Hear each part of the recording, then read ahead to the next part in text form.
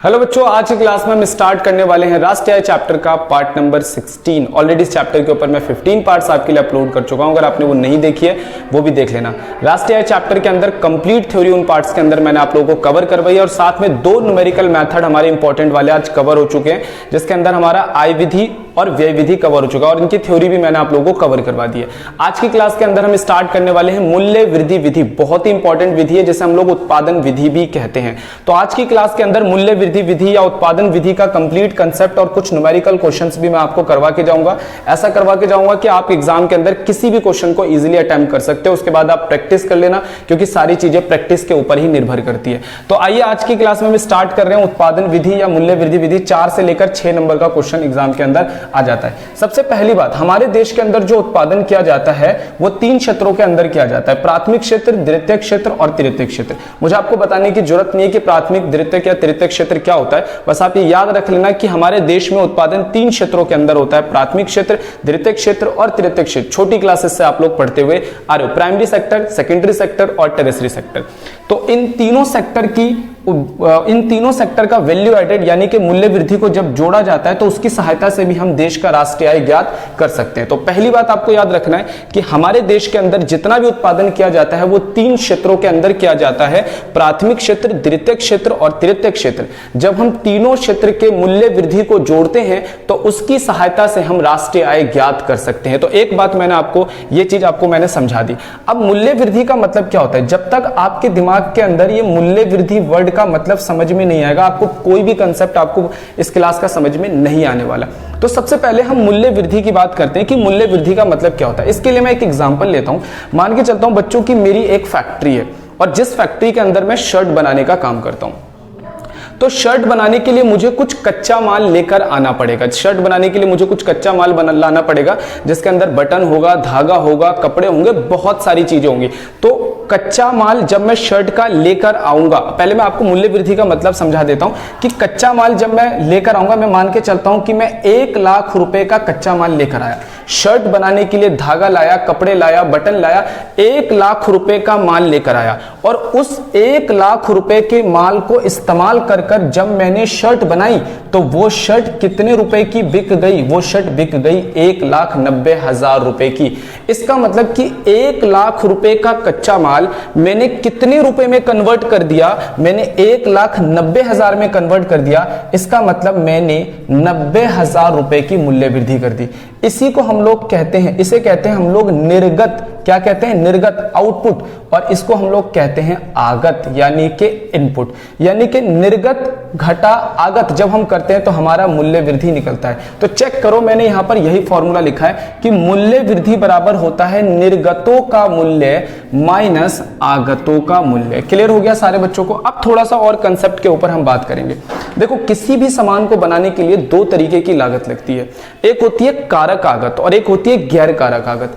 कारक आगत के अंदर होता है भूमि, श्रम, पूंजी और उद्यम, और गैर कारक आगत के अंदर होता है कच्चा माल। ठीक है, एक बात बताओ, मैं फैक्ट्री के अंदर अगर कच्चा माल ला के रख दूं तो क्या कच्चा माल शर्ट के अंदर अपने आप कन्वर्ट हो जाएगा? अगर मैं शर्ट का बटन ला के रख देता हूं, शर्ट का कपड़ा ला के रख देता हूं, शर्ट का धागा ला के रख देता हूं, तो क्या शर्ट अपने आप सिलकर तैयार हो जाएगी? नहीं हो सकती। शर्ट को बनाने के अंदर आपको 4 चीजों का इस्तेमाल करना पड़ेगा, और वो क्या है? भूमि, श्रम, पूंजी और उद्यम। इसीलिए बोला जाता है किसी सामान को बनाने के लिए हम कारक आगत और गैर कारक आगत का इस्तेमाल करते हैं। गैर कारक आगत में कच्चा माल और कारक आगत में भूमि, श्रम, पूंजी और उद्यम। तो भूमि वाले को आप क्या दोगे? किराया। श्रम वाले को आप क्या दोगे? मजदूरी। पूंजी वाले को आप क्या दोगे? ब्याज। उद्यम वाले को आप क्या दोगे? लाभ। यानी कि ये जो 90,000 रुपए आए, इस 90,000 में से भूमि वाला बोलेगा भाई मेरा किराया दे दे। इस 90,000 में से श्रम वाला, जिसने शर्ट बनाई है, मजदूर काम कर रहे थे, वो बोलेगा भाई मुझे सैलरी दे दे। पूंजी वाला बोलेगा ब्याज दे दो। उद्यम वाला लास्ट में क्या रखेगा? लाभ रखेगा। तो एक बात आपको समझनी होगी कि किसी भी सामान को बनाने में 2 तरीके की लागत होती है, कारक और गैर कारक आगत। ठीक है भाई? तो जब हम किसी सामान को बेचते हैं यानी कि उसका निर्गत बेचते हैं और आगत घटाते हैं, तो जो भी पैसा आता है वो भूमि, श्रम, पूंजी यानी किराया, मजदूरी, ब्याज और लाभ के अंदर जुड़ जाता है। तो 3-4 बातें यहां पर मैंने आपको क्लियर कर दी है कि भाई हमारे देश में जो उत्पादन होता है वो 3 क्षेत्रों के अंदर होता है, प्राथमिक, द्वितीयक और तृतीयक। और दूसरा मैंने आपको बताया कि मूल्य वृद्धि का मतलब क्या होता है। अगर आपको मूल्य वृद्धि का मतलब समझ में नहीं आएगा तो फिर दिक्कत हो जाएगी। थोड़ा सा मैं इसे इनकम मेथड से रिलेट करता हूं। जब यही 90,000 रुपए भूमि, श्रम, पूंजी और उद्यम में जोड़ता था तो मैं किराया, मजदूरी और ब्याज और लाभ को जोड़कर राष्ट्रीय आय निकालता था। अब चेक करो, यही 90,000 तो बन जाता है, यानी कि मैं ऐसे बोल सकता हूं कि मूल्य वृद्धि जो आता है उसको जब बांट दिया जाता है तो किराया, मजदूरी, ब्याज और लाभ, तो हम इनकम मेथड के अंदर, आय विधि के अंदर इनको जोड़कर राष्ट्रीय आय निकाल रहे थे। और मूल्य वृद्धि विधि में हम सीधा इसी को ले लेते हैं। तो बताओ ज्यादा सिंपल तरीके से राष्ट्रीय आय कहां से निकल सकती है? यहां से राष्ट्रीय आय बिल्कुल सिंपल और सही निकलती है, क्योंकि इसे हम बटने से पहले ही यहां पर जोड़ लेते हैं। और व्यय विधि में क्या होता है, इसको जब खर्चा करते हैं तो उसको जोड़ते हैं। तो व्यय विधि में खर्चे को जोड़ते हैं, आय विधि में इसको जोड़ लेते हैं, और मूल्य वृद्धि विधि में हम सीधा इसी को जोड़ लेते हैं। तो ये सबसे मोस्ट एक्यूरेट मेथड होता है। इसके द्वारा हमें राष्ट्रीय आय बिल्कुल सही पता लग सकती है और बिल्कुल आसानी से पता लग सकती है। तो आइए हम लोग अपने कंसेप्ट पे वापस आते हैं। इस चार्ट को जब तक आप लोग नहीं समझोगे आपको मूल्य वृद्धि का क्वेश्चन आपसे नहीं होगा। तो चार्ट बिल्कुल ध्यान से समझना। ये चार्ट समझ लिया तो समझ लो मूल्य वृद्धि का हर क्वेश्चन आपसे इजीली हो जाएगा। अब देखो मूल्य वृद्धि की विधि क्या होती है। मूल्य वृद्धि का मतलब होता है, मूल्य वृद्धि निकालने का फॉर्मूला निर्गतों का मूल्य माइनस आगतों का मूल्य, यानी कि value of output minus value of input. अब देखो आपका एग्जामिनर इतना सीधा नहीं है कि वो आपको बोलेगा ले भाई मूल्य वृद्धि निकालना है, ये रहा तेरा निर्गतों का मूल्य और ये रहा तेरा आगतों का मूल्य, घटाओ और निकाल दो। आपको क्वेश्चन वाला कुछ घुमाएगा भी, तो घुमा कैसे सकता है। सबसे पहले तो मूल्य वृद्धि को हम लोग कहते हैं GVA@MP और इसी को हम लोग कहते हैं GDP@MP। तो क्लियर हो गया, मूल्य वृद्धि का दूसरा नाम है GDP@MP और एक और नाम है GVA@MP। तो हम हमेशा ये वाला नाम इस्तेमाल करेंगे इस मेथड के अंदर, GVA@MP। इसे हम लोग कहते हैं बाजार कीमत पर सकल मूल्य वृद्धि। इसका नाम भी याद रख लेना, बाजार कीमत पर सकल मूल्य वृद्धि। ठीक है, तो मार्केट प्राइस लिखा है तो बस ये लिख लेंगे बाजार कीमत पर सकल मूल्य वृद्धि। हिंदी में थोड़ा सा नाम याद रख लेना। ठीक है, इसे निकालने का फॉर्मूला होता है GVO@MP माइनस मध्यवर्ती उपभोग। तो निर्गतों के मूल्य को ही हम लोग कह देते हैं GVO@MP। इसी को हम लोग कह देते हैं बाजार कीमत पर सकल मूल्य निर्यात, यानी कि सकल निर्गतों का मूल्य। सॉरी, हिंदी में थोड़ा सा दिक्कत हो रही है, तो इसे आप लोग बोल दोगे बाजार मूल्य पर सकल निर्गतों का मूल्य। ठीक है, GVO@MP माइनस आगतों के मूल्य का नाम होता है मध्यवर्ती उपभोग। इसे हम इंग्लिश में इंटरमीडिएट कंजम्पशन या इंटरमीडिएट कॉस्ट कहते हैं। तो आपको इस फॉर्मूले का इस्तेमाल करना है पूरे चैप्टर के अंदर। स्कूल में जो आपके टीचर्स होंगे वो आपको यही फॉर्मूला बताएंगे कि भाई मूल्य वृद्धि के अंदर सबसे पहले हमें निकालना है GVA@MP, जिसे हम बाजार कीमत पर सकल मूल्य वृद्धि कहते हैं। इसका फॉर्मूला होता है GVO@MP माइनस मध्यवर्ती उपभोग, जिसे हम लोग कहते हैं IC। क्लियर हो गई आपको इतनी बात। तो मैंने बताया कि मूल्य वृद्धि का फॉर्मूला होता है निर्गतों का मूल्य माइनस आगतों का मूल्य। एग्जामिनर इतना सीधा नहीं है कि भाई वो आपको सारी चीजें देगा, एग्जामिनर आपके साथ खेलेगा। तो आप मूल्य वृद्धि का दूसरा नाम है GVA@MP इक्वल टू निर्गतों का मूल्य का नाम है GVO@MP। हिंदी में भी मतलब बता दिया क्या है, माइनस मध्यवर्ती उपभोग, जिसे हम कहते हैं IC। अब समझ लो थोड़ा सा पहले आप इस मध्यवर्ती वाला जो गेम है ना, इसको आप समझ लो। मध्यवर्ती वाला जो है, अब देखो मध्यवर्ती उपभोग भी एग्जामिनर सीधा नहीं देता, इसके अंदर भी एग्जामिनर आपको घुमाएगा और कई सारे नाम इस्तेमाल करेगा। कच्चे माल का देखो, एक तो बात यह कि अगर आपको मध्यवर्ती उपभोग मिल गया तो इनमें से कोई भी चीज आपको लेने की जरूरत नहीं है। अगर ये नहीं मिलता तो कैसे निकाल सकते हैं। कच्चे माल की खरीद, ये देख लो, ये दिया है। अगर ये नहीं दिया तो मध्यवर्ती लागत दिया होगा, या फिर आपको दिया होगा कच्चे माल को खरीद रहे हैं। देखो कच्चा माल कोई भी फर्म कच्चा माल कहां से खरीदेगी, या तो देश के अंदर से या देश के बाहर से। तो देश के अंदर से खरीदेगी तो इसे कहते हैं घरेलू खरीद, और देश के बाहर से खरीदेंगे तो इसे कहते हैं आयात। घरेलू खरीद घर के देश के अंदर किस से खरीद सकते हो, फर्मों से, गृहस्थ से या फिर सरकार से। आपको पता है कि 4 क्षेत्र होते हैं, गृहस्थ होता है, फर्म होता है, उत्पादक होता है और हमारा एक रेस्ट ऑफ द वर्ल्ड शेष विश्व होता है। तो आप किस से खरीद सकते हो, या तो फर्मों से या गृहस्थ से या फिर सरकार से या फिर देश के बाहर से खरीद सकते हो। पूंजीगत वस्तुओं की खरीद शामिल नहीं होती। हाँ, अगर आप मशीन खरीद रहे हो तो मशीन आपका मध्यवर्ती उपभोग नहीं है, क्योंकि उत्पादन करने में आप देखोगे कि अब मान लो मैं कपड़े सिलने का काम कर रहा हूं, शर्ट बनाने का काम कर रहा हूं, तो शर्ट के लिए जब मैं शर्ट बनाऊंगा तो कपड़ा खर्च हो जाएगा, धागा खर्च हो जाएगा, बटन खर्च हो जाएगा, लेकिन जिस मशीन की मदद से मैं शर्ट सिल रहा हूं वो मशीन तो एज इट इज रहेगी, उसके ऊपर डेप्रिसिएशन लगता है, मूल्यह्रास लगता है। क्लियर हो गई होगी बात। अब हम लोग आ जाते हैं जीवीएटएमपी। एग्जामिनर इसके अंदर भी हमारे को घुमाता है। देखो, अगर आपको जीवीओएटएमपी साफ साफ मिल गया, अगर आपको निर्गतों का मूल्य साफ साफ मिल गया, अगर आपको बाजार कीमत पर सकल निर्गतों का मूल्य मिल गया, तब तो अच्छी बात है। अगर ये नहीं मिलता तो आपको दो चीजें लेनी है, एक बिक्री और एक स्टॉक में परिवर्तन। अगर बिक्री नहीं दिया तो इकाई, ऐसे दिया होगा कि भाई हमने इतनी इकाइयों को सेल करा और इतने रुपए की कीमत है। जैसे मैंने 1000 शर्ट बेचा, एक शर्ट की कीमत 500 रुपए, तो भी मैं सेल निकाल सकता हूं, भाई मैंने 1000 शर्ट बेचा, एक शर्ट की कीमत 500 है, तो इंटू करके मैं बिक्री निकाल लूंगा। अगर बिक्री नहीं दिया तो दो चीजें आपको जोड़नी पड़ेंगी। क्या जोड़नी पड़ेगी? घरेलू बिक्री और निर्यात। देखो, आप बिक्री कहां करोगे, या तो देश के अंदर करोगे या देश के बाहर करोगे, ठीक है। तो देश के अंदर बिक्री करते हैं तो घरेलू बिक्री, और देश के बाहर करते हैं तो उसे हम लोग निर्यात कह देते हैं।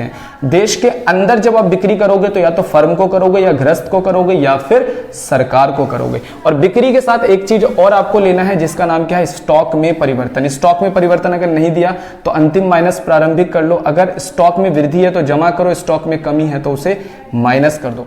बच्चों, हम स्टार्ट कर रहे हैं क्वेश्चन नंबर फर्स्ट, जिसके अंदर हमारे को निकालना है बाजार कीमत पर शुद्ध मूल्य वृद्धि ज्ञात करो। तो अब देखो, कई बार इसकी एब्रीविएशन बनाने में भी हमारे को दिक्कत होती है। बाजार कीमत पर, बाजार कीमत मतलब मार्केट वैल्यू पर क्या निकालना है हमारे को? बाजार कीमत पर शुद्ध, शुद्ध का मतलब नेट, मूल्य वृद्धि, मूल्य वृद्धि मतलब वैल्यू एडेड, ठीक है। इस तरीके से आप याद रखना। कई बच्चे एग्जाम के अंदर जब हिंदी में लिखा होता है तो उसकी एब्रीविएशन नहीं बना पाते हैं, तो ऐसे याद रखना है। बाजार कीमत पर शुद्ध मूल्य वृद्धि हमारे को निकालना है। क्लियर हो गया।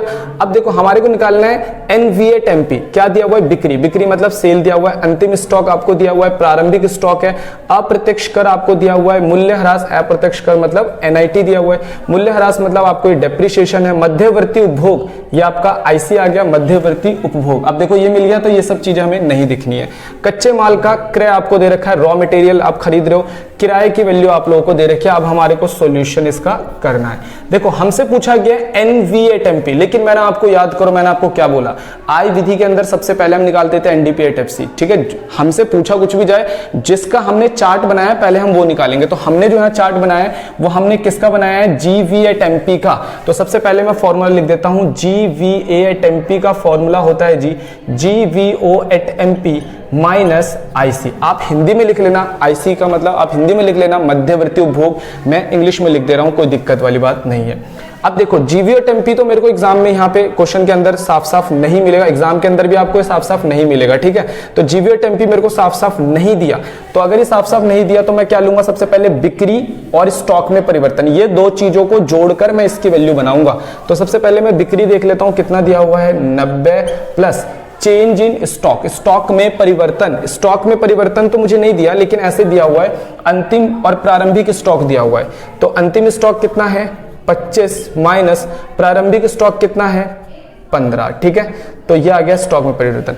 अगर आप इस पूरे की वैल्यू देखोगे तो ये आ गया मेरा जीवीओएटएमपी माइनस आपका आईसी, आईसी का मतलब मध्यवर्ती उपभोग। ये देखो, मध्यवर्ती उपभोग आपको यहां पर कहीं मिल जाएगा, ये रहा मध्यवर्ती उपभोग आपको मिल गया 40।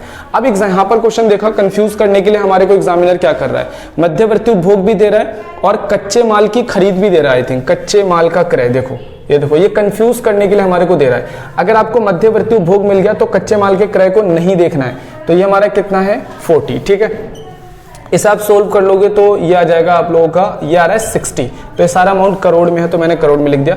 लेकिन अब हमसे ये देखो, जीवीएटएमपी नहीं पूछा गया है, हमसे पूछा गया है एनवीएटएमपी।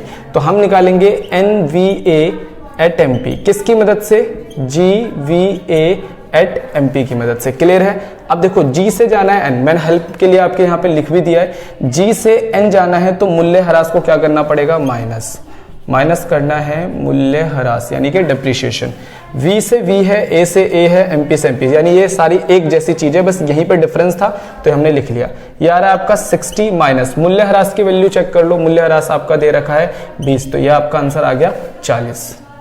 बच्चों हम सेकंड क्वेश्चन स्टार्ट करने वाले हैं जिसके अंदर हमारे को निकालना है साधन लागत पर शुद्ध मूल्य वृद्धि। अब ये देखो साधन लागत पर, तो आप इसकी एब्रिविएशन बनाना भी सीखो। हमारे को निकालना है साधन लागत, साधन लागत मतलब फैक्टर कॉस्ट पर शुद्ध मूल्य वृद्धि। शुद्ध का मतलब नेट हो जाता है, मूल्य वृद्धि मतलब वैल्यू एडेड। तो हमारे को निकालना है NVA@FC, ठीक है। तो अब क्वेश्चन में NVA@FC निकालना है, लेकिन सबसे पहले हम लोग क्या निकालेंगे, GVA@MP।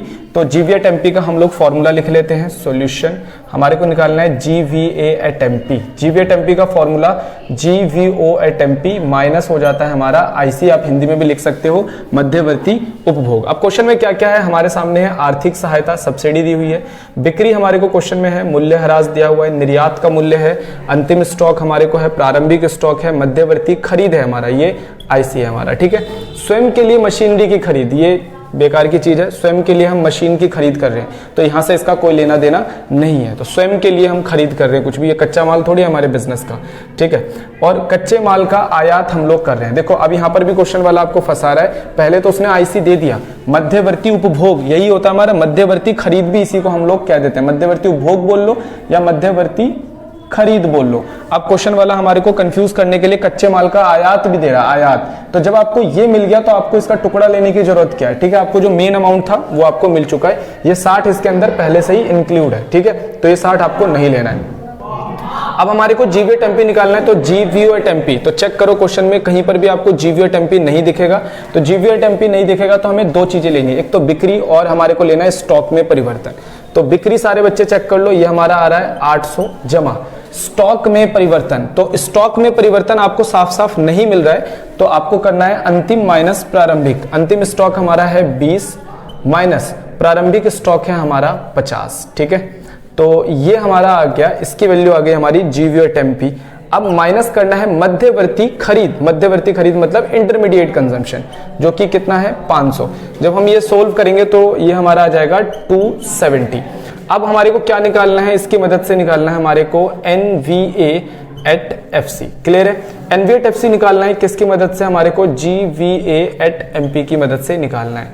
देखो G से N जाना है, तो G से N जाने के लिए मूल्य ह्रास को क्या करना पड़ता है, माइनस करना पड़ता है, मूल्य ह्रास, ठीक है। उसके बाद V से V है, A से A है, और MP से जाना है FC। MP से FC जाने के लिए ये वाला एरो जा रहा है, चेक करो, शुद्ध अप्रत्यक्ष कर, माइनस करना पड़ेगा आपको शुद्ध अप्रत्यक्ष कर, ठीक है। तो इसकी वैल्यू हमारी आ रही है 270 माइनस मूल्य ह्रास, चेक कर लो, मूल्य ह्रास आ रहा है आपका 30 माइनस शुद्ध अप्रत्यक्ष कर। तो कहीं पर भी ना मेरे को अप्रत्यक्ष कर नहीं दिखाई दे रहा, अप्रत्यक्ष कर। तो अशुद्ध अप्रत्यक्ष कर निकालने का फॉर्मूला होता है अप्रत्यक्ष कर जो कि 0 है माइनस आर्थिक सहायता सब्सिडी, ये कितना है आपका 40। तो बेसिक क्लास के अंदर ये चीज मैंने आपको समझाया था। तो 270 माइनस 30 और ये माइनस माइनस आपका प्लस हो गया 40, तो ये आ जाएगा आपका 280 करोड़। बच्चों अब नेक्स्ट क्वेश्चन स्टार्ट कर रहे हैं जिसके अंदर हमारे को फर्म ए और फर्म बी का मूल्य वृद्धि ज्ञात करना है। इसमें फर्म ए का घरेलू बिक्री दिया हुआ है, फर्म ए का निर्यात दिया हुआ है, फिर फर्म ए कितना खरीद रही है वो दिया हुआ है, फर्म बी के द्वारा बिक्री कितना है, फर्म बी के द्वारा खरीद कितनी है। देखो इस तरीके क्वेश्चन एग्जाम के अंदर कम आते हैं, लेकिन कई बार एग्जाम के अंदर इस तरह क्वेश्चन आ जाते हैं। इसके अंदर हमारे को चार्ट का जो इस्तेमाल करना है वो केयरफुली करना है। देखो जब भी हम मूल्य वृद्धि निकालते हैं तो मूल्य वृद्धि का फॉर्मूला होता है कि भाई निर्गतों का मूल्य क्या है, आगतों का मूल्य क्या है। लेकिन इस तरीके का क्वेश्चन जब आ जाएगा तो हमें फॉर्मूले को थोड़ा सा अलग करना है। फॉर्मूले क्या करना है कि हम कितना खरीद रहे हैं, हम कितना खरीद रहे हैं वो माइनस करना है, और हम कितना बेच रहे हैं उसे हमें प्लस करना है। यानी कि जो बिक्री है उसको प्लस करना है और जो खरीद है उसे माइनस करेंगे तो हमारा मूल्य वृद्धि निकल जाएगा। अब कई बार फर्म 2 हो सकती है, 3 हो सकती है, 4 हो सकती है, ऐसा भी क्वेश्चन आ जाता है एग्जाम के अंदर। तो हमारे को फर्म ए का मूल्य वृद्धि निकालना है। तो फॉर्मूला क्या होगा, फर्म ए ने जितना बेचा है, अब फर्म ए कहां बेच सकती है, या तो देश के अंदर बेचेगी या देश के बाहर बेचेगी, प्लस माइनस करना उसमें से फर्म ए ने कितना खरीदा है। तो आइए जरा देखते हैं फर्म ए का घरेलू बिक्री, घरेलू बिक्री मतलब देश के अंदर कितना बेच रही है, चेक करो 4000। इसके बाद हम देखते हैं फर्म ए का निर्यात, निर्यात का मतलब ये भी बेच रही है, निर्यात मतलब ये भी बेचना होता है देश के बाहर। तो फर्म ए बेच रही है देश के अंदर 4000 का, और फर्म ए देश के बाहर कितना बेच रही है, 1000, तो फर्म ए का टोटल बिक्री कितना आ गया, 5000, माइनस खरीद कितना कर रही है, फर्म ए द्वारा खरीद कितना है, 1200, तो अगर आप ये माइनस करोगे तो ये आ गया आपका 3800 करोड़ रुपए का फर्म ए का क्या है, मूल्य वृद्धि है। अब आ जाते हैं हम फर्म बी के ऊपर। फर्म बी के द्वारा बिक्री कितनी है, अब क्वेश्चन में ये नहीं लिखा कि ये देश के अंदर बिक्री है या देश के बाहर, तो हम मान लेंगे कि ये कुल बिक्री है। क्या मान लेंगे, कुल बिक्री है, ठीक है। तो कुल बिक्री कितने दे रखी है फर्म बी की, ये आपको दे रखी है 2940, माइनस खरीद कितनी दे रखी है आप लोगों को, 1800, तो ये आ जाएगा आपका 1140, ठीक है। अब कई बार क्वेश्चन के अंदर हमसे पूछा जाता है कि भाई GVA एट MP निकालो, आपको एक क्वेश्चन दे देगा, बोलेगा फर्म ए का मूल्य वृद्धि निकालो, फर्म बी का मूल्य वृद्धि निकालो और साथ में GVA एट MP भी निकालो, यानी कि पूरे देश की। तो हम मान लेंगे हमारे पूरे देश में मान लो 2 ही फर्म है, ए और बी। अगर हमें इसका मूल्य वृद्धि निकालना है तो हम क्या करेंगे, इन दोनों का सम कर लेंगे, यानी कि इसमें हम 3800 प्लस 1140 इसे हम जोड़ देंगे तो आएगा 4940। हालांकि पूछा नहीं था फिर भी मैंने ये कर दिया। तो हमारे एग्जाम के अंदर जो क्वेश्चन आने वाला है मूल्य वृद्धि का, वो इस चार्ट से इजीली सोल्व हो जाएगा। कई बार क्वेश्चन थोड़ा सा घुमा के इस तरीके से भी दे सकता है। अब देखो, आप सारे क्वेश्चन तभी कर पाओगे, सारे क्वेश्चन आपको तभी आएंगे जब आप बुक खोलोगे और इस कंसेप्ट का इस्तेमाल करके बुक में से सारे क्वेश्चन, आपके पास जो भी बुक है बहुत सारे क्वेश्चन होंगे उनके अंदर, आप सारे क्वेश्चंस ट्राई करो, ठीक है। कुछ चीजें तो आपको जैसे आप क्वेश्चन करते हो तो वहीं पर आपको कुछ चीजें समझ में आती हैं, ठीक है, क्योंकि हर क्वेश्चन के अंदर सारी चीजें सेम नहीं होती, थोड़ा सा वर्ड आगे पीछे भी होता है। तो जब आप क्वेश्चन करने लग जाओगे तो आपको चीजें समझ में आने लग जाएंगी। तो बच्चों, आज की क्लास के लिए इतना ही, जिसके अंदर हमने पूरा वैल्यू एडेड आज हमने कवर कर लिया है। अगली क्लास में इसकी पूरी थ्योरी जो है वो मैं आपको कंप्लीट करवा दूंगा।